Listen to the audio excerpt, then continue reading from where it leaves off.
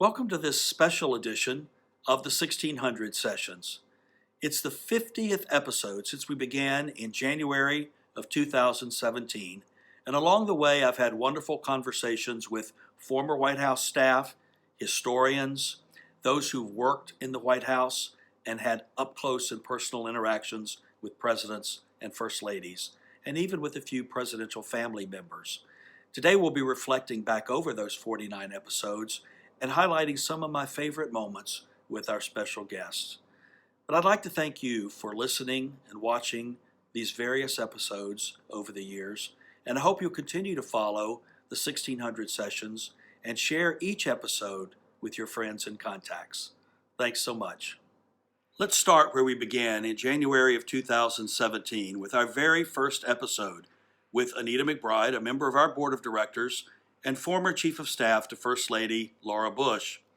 Anita shares with us the story of Mrs. Bush meeting with incoming First Lady Michelle Obama.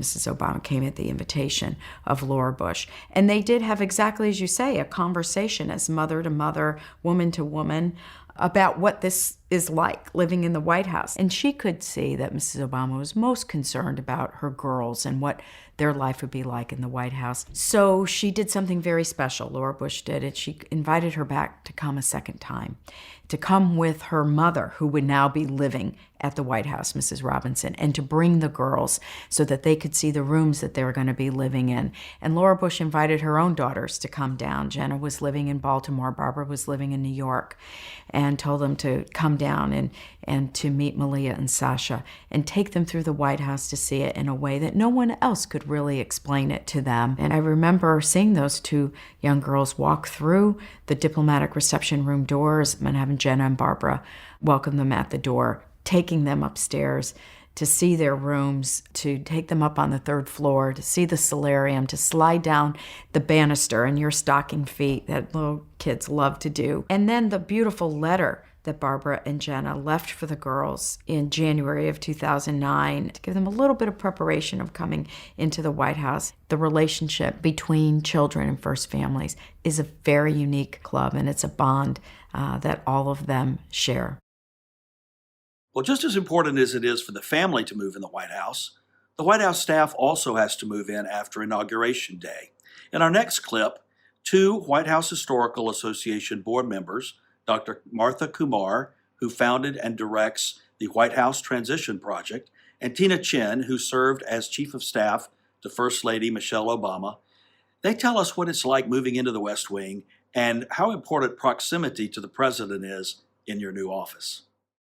My staff actually became more like 20 staff for the Office of the Public Liaison, sort of doubling what had been in the Bush administration at the start. But that's a lot of this huge amount of jockeying that happens, in the transition office right away after the election. But it's both the commissioned officer titles, the number of staff, and then where they sit. Real estate is very becomes important. a big scrum about, who gets to sit in the very few pieces of real estate that actually exist in the West Wing itself, and then who's got, better and less good offices over in the executive office building. One person told me that when he came in, and he had not known much about his job, but he had talked to an earlier person who had occupied the position, and that person told him, you only are going to care about two things. Don't worry about how many people you have, what your budget is. You want to have the title assistant to the president, and you want an office in the West Wing. One of my favorite people that I had the opportunity to meet when I first came to the White House Historical Association was Nash Castro. Nash was with Mrs. Kennedy when the very first White House guidebook was published, and he was also present when CBS did that very famous televised interview with Mrs. Kennedy. Here's Nash's perspective on those experiences. Well, she was very committed to the association. I remember meeting with her along with the president of the Geographic, the editor-in-chief, Breeden, who had been assigned to work closely with us. And we sat in the Yellow Oval Room on a big divan. She sat on a chair across from us. And she put that dummy in her lap of the first guidebook. And she turned page after page after page. We were there for 2 hours with her. So she was truly involved in the details Oh, of yes. the association, and we all remember that wonderful CBS special where she toured the White House. Do you have any yes. memories of that I was occasion? there. And so tell us about that day. Well, Collingwood was the name of the fellow who made the report. We were waiting for in the movie room, and Shay came in with her mother. They'd been out to lunch somewhere. She was beautifully dressed with one of those funny hats, you know. She spent a good bit of time with Collingwood. Edward R. Murr was also there, and he waited for us in the map room. Eventually, the tour was finished. Until he recently passed, Bill Seal was what I call the Google of White House history. In this next clip of a conversation I had in a 1600 Sessions podcast, he talks with us about how the Kennedys saved Lafayette Park. President and Mrs. Kennedy, they were kind of horrified at their inauguration day at how ugly Pennsylvania Avenue was and run down. And then they got to the White House and realized what was about to happen. The State Department and the federal courts were going to tear down everything around the park and build right up to the edge of the sidewalk, big marble high-rise buildings. Working plans had already been done. A lot of money had been spent, but the Kennedys didn't like it, and he canceled the building plans for those buildings because he did not want the scale of the historic White House ruined, and he saw no reason to just house all those people right there in a high-rise building. And their kind of hero came along, and John Carl Warnke, then who was head of the biggest architectural firm in America, but an old acquaintance of Kennedy's. And he had an idea of saving what was there, but building it back in a scale that honored the White House. And so he did it, and then President Kennedy never lived to see it materialize. Mrs. Kennedy did. But it was President Lyndon Johnson and Richard M. Nixon who made it happen. They didn't interfere with it. They wanted it done exactly as Warnke had designed. And that's the Lafayette Park we have today. The great White House and American historian Michael Beschloss was one of my guests on a 1600 Sessions podcast. He also serves on our White House Historical Association Board of Directors. A part of his conversation was on the portraits of President and Mrs. Kennedy in the White House and the very poignant story of the unveiling of those portraits. The Kennedy portrait, actually both of them, those were very much Jackie Kennedy's idea. And that's another example of a portrait that replaced an earlier one that didn't quite make it. The first portrait that was painted of John Kennedy was painted 1966, 1967 by Jamie Wyeth, which I find quite powerful. Bobby Kennedy looked at it and said, it makes Jack look too irresolute. It looks as if he's nervous after the failure of the Bay of Pigs or something like that. And so it was supplanted by the one that was done by Aaron Schickler. That's what that portrait is today. When her portrait was done by Aaron Schickler, and the same thing done with her husband's portrait. The Nixons were president, John Kennedy's old political adversary, and they basically got in touch with her and said, what do you want? Do you want a ceremony? And she quietly communicated with the Nixons and said, I don't think I could do that, and this is going to be very painful, but essentially I owe it to Jack to come back and view the paintings in place. So they arranged it so that there could be a private viewing, and the Nixons would have her and her children to dinner. Press wouldn't know about it until they were gone, and the secret held.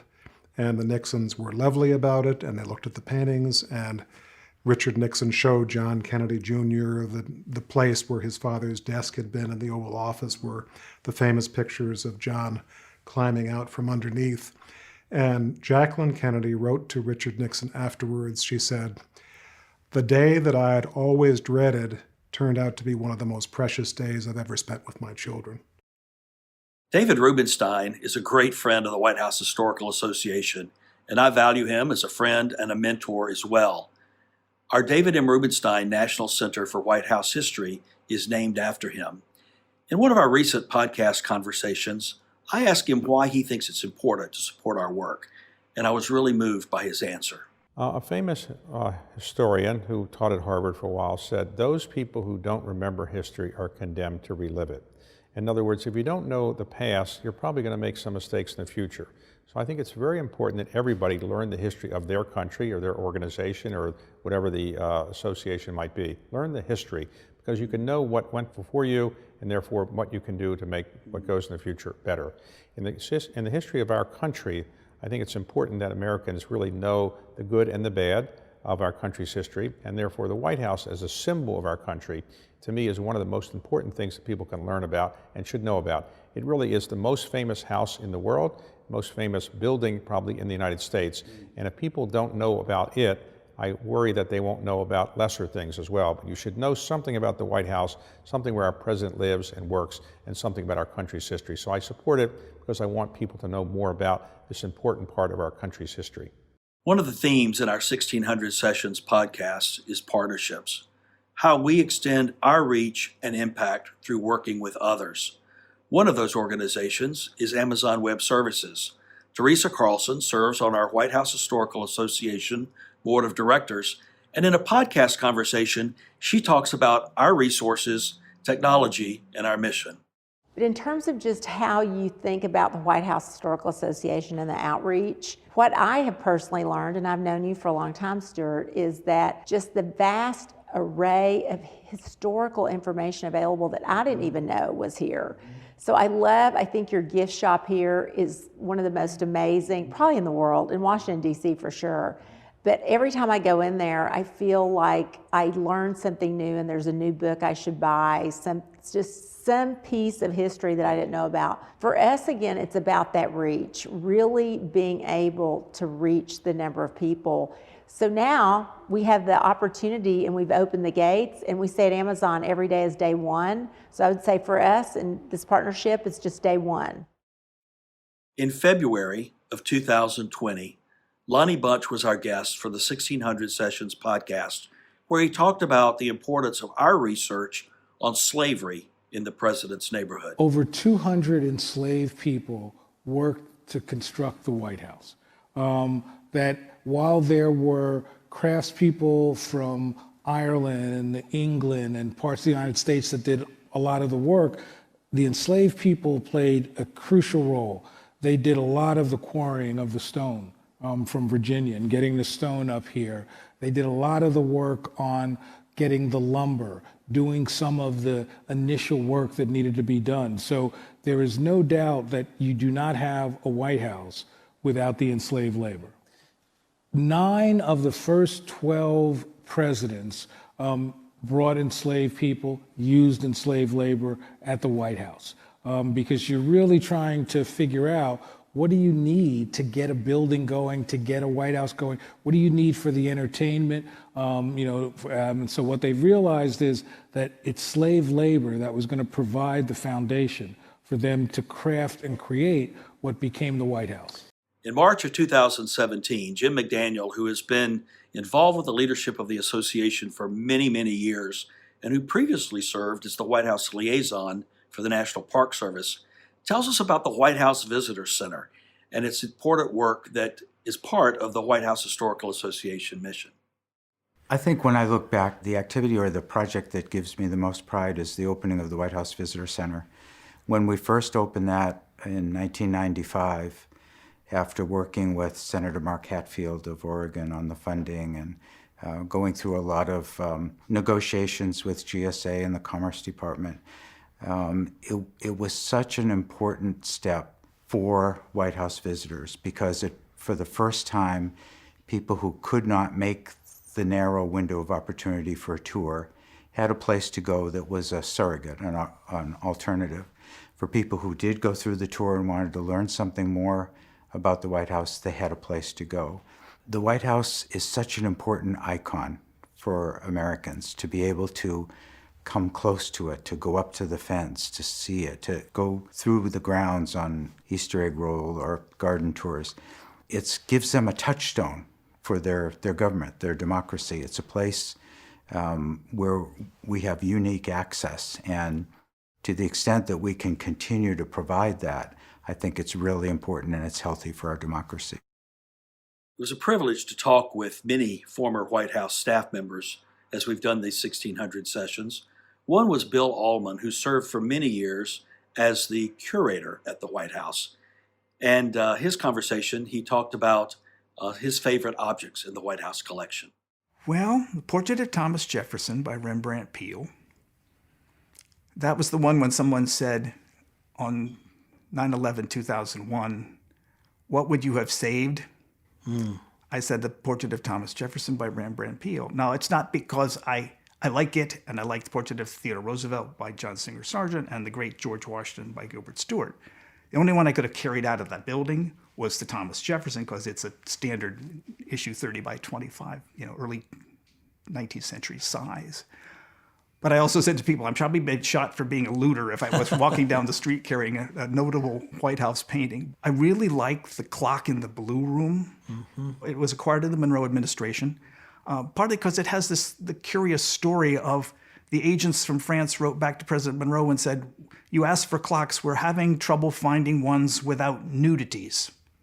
Because they were neoclassical figures and they were scantily clad as Greek goddesses and mythological figures and such. So I'm not sure that the White House really needed Hannibal, the Carthaginian general, but he was wearing armor, a full set of Carthaginian armor. And so we have that clock. It still runs. 200 years later, it's still running on the mantle in the Blue Room. So it just kind of has a curiosity behind its history of, one, being a beautiful piece, and two, not being the most obvious selection. Former White House executive pastry chef Roland Mesnier worked with 5 presidents and first ladies. He's quite a force in the history of the White House kitchen. Well, in my conversation with Chef Mesnier, he tells us about some of the favorite treats of Presidents Reagan and George W. Bush. Well, President Reagan had a sweet tooth like nobody else. I had to send his peanut brittle to Camp David every weekend. And of course, he loved chocolate. But Mrs. Reagan told me, and she was serious, she said, Roland, never give the president chocolate. Never. I didn't ask why. That would have been the wrong thing to do. And I said, okay, Mrs. Reagan, fine. But then I realized that Mrs. Reagan was not always in the White House for dinner or for lunch. So did you break the rules? That's when I broke the rules. And President Reagan will get a beautiful big bowl of chocolate mousse. And that made his day. You should have seen that. Every time if you see a picture with the president and dessert in front of him, that smile. Yeah, that's great. I love to see that. Just for the smile, I could have worked for free. I mean, really. For me, that was the gift right there, you see. Especially with George W. Bush, that loved dessert and everything. What he loves is mainly the cobbler, stuff made with fruit. And many times he would tell me, he would say, Roland, I need to lose weight, so no more dessert for me for the next 2 weeks. Just a plate of fruit. Very well, sir. I will do just that. Made a very beautiful, pretty plates and everything. And then sometimes I bump into him going on the elevator, going up. Yes. And, Mrs. usually ate in the solarium lunch. And I would be going up with her dessert. And he would say, Roland, what is this? Well, sir, this is the First Lady's lunch. Oh, man, what is this? Oh, blackberry cobbler. Oh, fire me one up, he would say. Fire me one up. Okay, sir. Remember you told me? No, forget about it. Just make me one. And then he would go with that dessert, and then maybe 3 minutes, he would come back with the plate totally licked, practically.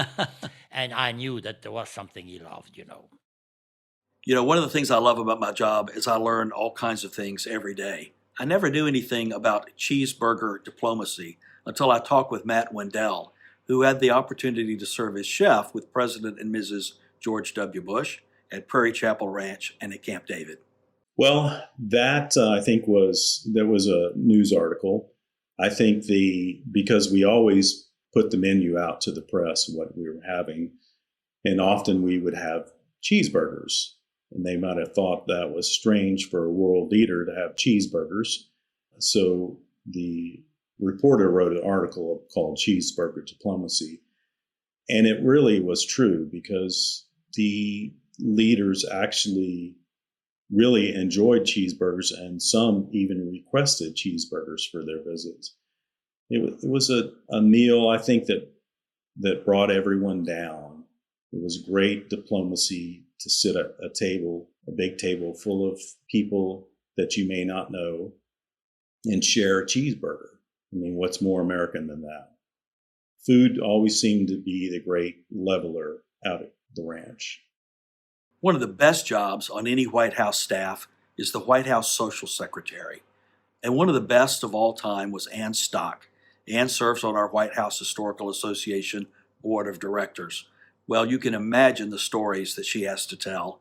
And in our recent conversation, the 1600 Sessions podcast, she told us a really good one. President Clinton had met with heads of state at summits in the White House, but we hadn't done an official state dinner. And so it's like planning for a battle. And I remember the Japanese delegation coming to do a walkthrough before, and to figure out how we were going to do this. They arrived with 100 people. And so, it's slightly overwhelming, but the things that can go wrong always go wrong. And again, there's a surprise in every event. And as social secretary, we check place cards when it's a seated dinner to see who's shown up and who hasn't shown up. And of course, I was circling like a crazy person because I wanted to make sure everybody was there and we wouldn't have any holes. And about 35 minutes into the reception, I went over and, oh my goodness, the Speaker of the House of Representatives isn't there. Well, that's major because he's at one of the major tables. So no cell phones. I go into the office, I call the White House operator, I say, could you please locate the Speaker of the House? She locates him, I get on the phone, he goes, hey Ann, what's up? I'm like, Mr. Speaker, we're in the middle of us getting ready for a state dinner. You and your wife are supposed to be here. He goes, it's tomorrow night. I'm like, no, it's not tomorrow night, it's tonight. It's like, Heather, is the state dinner tonight or tomorrow night? She goes, tomorrow night. I'm like, well, it's starting in 20 minutes. So what do I do? Because he is seated at a main table between Jane Fonda and Barbra Streisand. Well, I walk out of the usher's office, and the first person I spot is the chief curator, Bill Ullman, who happens to be in white tie because he's been answering all people's questions about the House. I'm like, you're deputized? You've just become the Speaker of the House of Representatives? Sit down and enjoy the night. And so who knew that Barbra Streisand collected antiques, and that was perfect. A very important role on the White House resident staff is chief usher. Gary Walters served in that role for over 20 years and for 4 presidents and first ladies. In our conversation about this very important role and all of his memories, he shared with us a pretty great story about Christmas at the White House. Well, I think that something that a lot of people remember is when Mrs. Reagan decided to have multiple trees, and at one point we had up to 27 trees in the house. And the chief floral designer at that time found a product called Real Fake Snow. It was paraffin wax that was peeled, and it literally looked like snow. The best way to put the snow up on these tall trees, it went anywhere from 6 to 18 feet, was to just throw the snow on and let it come down as nature would do. Well, when you got to the taller trees, you couldn't throw it up to the top, so we'd use bucket ladders and go up. And myself, I had the chief flower designer walk beneath me, and I dumped a bucket of this snow down on her head, and that started kind of a tradition. But that was beautiful because that tradition stayed for a number of years through the Reagan administration and into the first Bush administration, and Mrs. Bush liked it. One of my favorite 1600 Sessions podcasts was with U.S. Marine Corps Colonels Taylor and Wild, HMX pilots who actually flew the President of the United States on Marine One. They have a very unique perspective on interacting with the President of the United States. You'll see from what they shared with me about their time as Marine One pilots. You know, it's a brief conversation. Weather looks great. How's the weather? Hi, guys. How's everything? And from President Bush, it was a couple of pretty good man slaps, and then back to the passenger area. It very much depends on the president's day, if you will. It's interesting to see his expression when his back is turned to the cameras and he's walking towards the plane. You can get a pretty good sense of what sort of day the president's having at that point. An interesting aside, though, President Bush, 43, had the spaniel, Spot, if you recall, which was a second-generation White House dog, daughter of Millie. President Bush would come down the stairs of Air Force One, and there's a bit of separation between Marine One and Air Force One. He'd have Barney, the little Westie Terrier there, and he'd have Spot. Barney was never allowed on the ground because he would just take off. But Spot would walk in front of the president, and this is how you know it's a second-generation White House dog. She would get halfway between Air Force One and Marine One, stop, turn around to see if the president was still coming, and then proceed, on her own, by the way, towards the helicopter, up the stairs, stick her head in the cockpit, look at the two of us, and then go back to the back end. Wow, it was her helicopter. It was clearly genetic. That's great. Jean Case is another wonderful member of our association board of directors. When she published her terrific book, Be Fearless, we sat down and talked about presidents and first ladies and their examples of fearless leadership. One example was First Lady Betty Ford and her struggles with addiction and breast cancer. Anytime I read anything about any first ladies, I walk away just with my jaw dropped. I just think we've had a remarkable, unbelievable number of first ladies, and I've really count a privilege that I've been able to know some of them. But Betty Ford is often not talked about as one of those iconic first ladies. So I'm a breast cancer survivor, and Betty Ford developed breast cancer while she was first lady. And we have to remember the time. We can't think about it now. It wasn't something that was talked about. It was almost a taboo subject, right? It had the word breast in it, for goodness sakes. But she was very open about what she was going through. And then she encouraged the following generations and women across America to get screened for breast cancer. The importance of that kind of leadership from a first lady is often sort of underappreciated. And I just think she really transformed things. But also, I think her fearlessness in dealing with her own problems of addiction and alcoholism after she left office. She created, of course, the Betty Ford Center. It's estimated that over 100,000 people have been treated through the Betty Ford Center. But that all happened because she was bold enough to take on an area where many could have just, tried to silence it or hang their head in shame. But instead, she was very public about it and then built a great institution to deal with that challenge others would face as well. And then, of course, during her time, she was a great champion for the Equal Rights Amendment.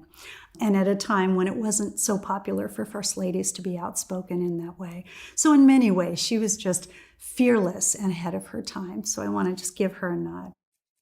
Very few people have a direct family line to two American presidents. One of those people is Melanie Eisenhower, the great-granddaughter of President and Mrs. Eisenhower, and the granddaughter of President and Mrs. Nixon. In our 1600 Sessions podcast, Melanie talks with us about the character of First Lady Pat Nixon. I would say that my grandmother was incredibly warm and charismatic. She was definitely a people person. She was always seeking out people in need, and I felt that as a child too. She was just very warm and loving toward me and all of her grandchildren. And, I would hear stories about when she was First Lady, whenever there were crowds of people in the White House, if anyone was looking scared or uncomfortable, she would just approach them and she would give them a hug and she would talk to them.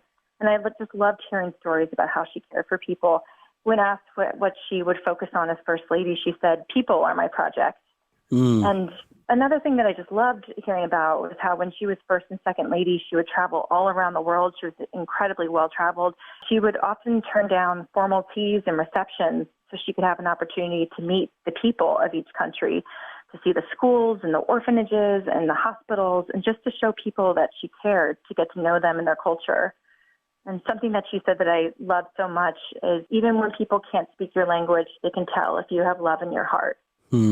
And that very much speaks to her character and who she was.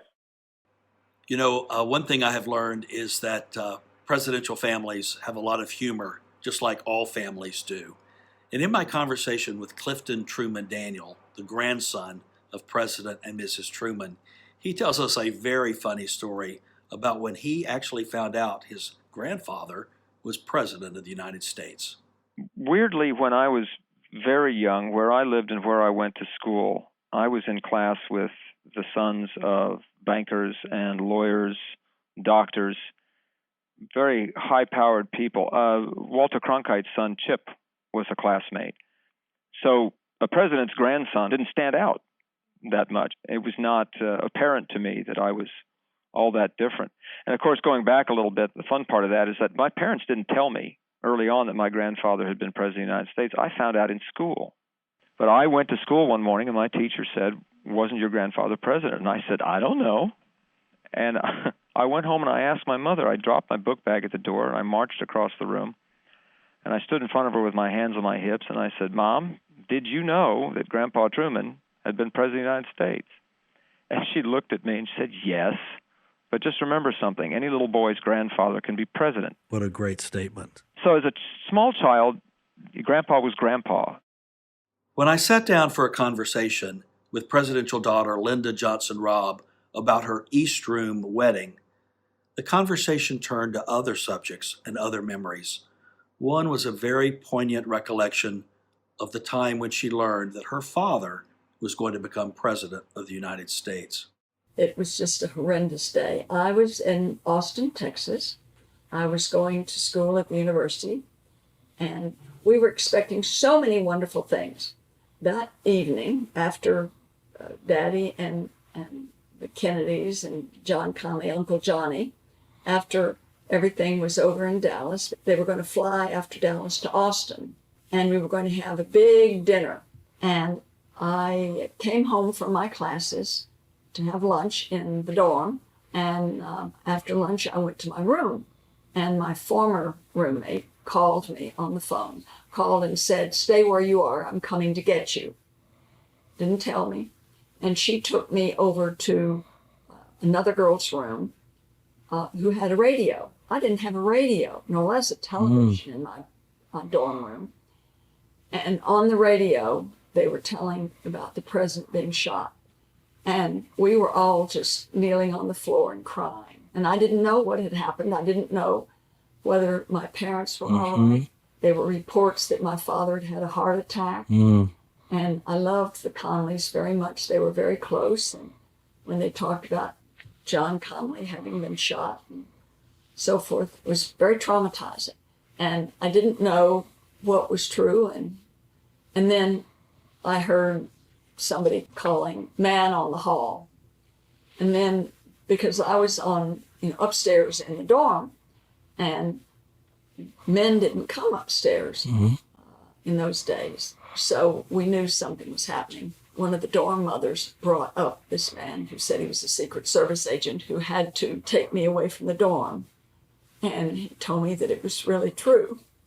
And I said, "Well, please take me to the governor's mansion." And I said that for two reasons. One is that I knew that the Connally children were there by themselves. Yes. And that as a good friend, I was the oldest and I could go there and maybe help them. And I also knew that they did have state troopers around the mansion. And so that's where I first heard from my parents, telling me, my mother, I think, told me just that to stay there and that it was true and that my father was president. These reflections on the 1600 sessions from episode 1 to episode 50, we started with Anita McBride and moving into the White House, and we're going to conclude with the chairman of our board of directors, Fred Ryan. Fred recently authored one of our great books, Wine and the White House, A History. And in this conversation, he talked about the White House wine cellar. And you too can get a copy of this great book on our website, whitehousehistory.org. Well, the storage of wine and the White House wine cellar has evolved over time. When John Adams moved into the White House and then Thomas Jefferson succeeded him, the White House, even during Jefferson's time, was not complete. There was a lot of work remaining to be done. And one of the things that Jefferson pointed out was that there was no wine cellar. So Jefferson designed the first White House wine cellar, and it's a design similar to one that he used in Monticello. Interestingly, in the War of 1812, when in August of 1814 the British burned the White House, As you know, the famous story of Dolly Madison saving the painting of George Washington. And I wondered, what happened to the wine? I did some research and found after the White House was burned, it wasn't the British, but American soldiers came to the White House and drank all the wine that remained in the White House wine cellar. And when the White House was rebuilt, there was another wine cellar, a sizable wine cellar, that served presidents for many years until, as you know, the major renovation took place in the White House during the Truman administration, 1948 to 52. And that seems to be the time the White House wine cellar, for all intents and purposes, went away. And I can just tell you from personal experience, when I worked in the Reagan White House, having an interest in wine, I kept asking the curator to show me the wine cellar. And I guess I asked him enough, and he finally capitulated during one of the August times when President Reagan was away at the ranch. He said, "Come on, I'm going to show you the wine cellar." And he took me in there, and it's a very little room. It's not a wine cellar. It's a room that's very small, essentially a pantry off of the kitchen. Today, if you think about it, earlier presidents would purchase wine, sometimes in large quantities, and they would stockpile them for their own use, and in some cases for the use of future presidents. Well, the way wine services evolved today, this modest closet holds enough because the White House doesn't need more than a few hundred bottles at the most, because the wine is purchased individually for events. So a few weeks in advance of a major state dinner, they'll purchase the wines, they'll have them in the wine cellar to rest, and they're able to serve them from there. So there we are. We've gone down memory lane of 49 episodes from January of 2017 to the fall of 2020. I hope you've enjoyed this reflection as much as I have.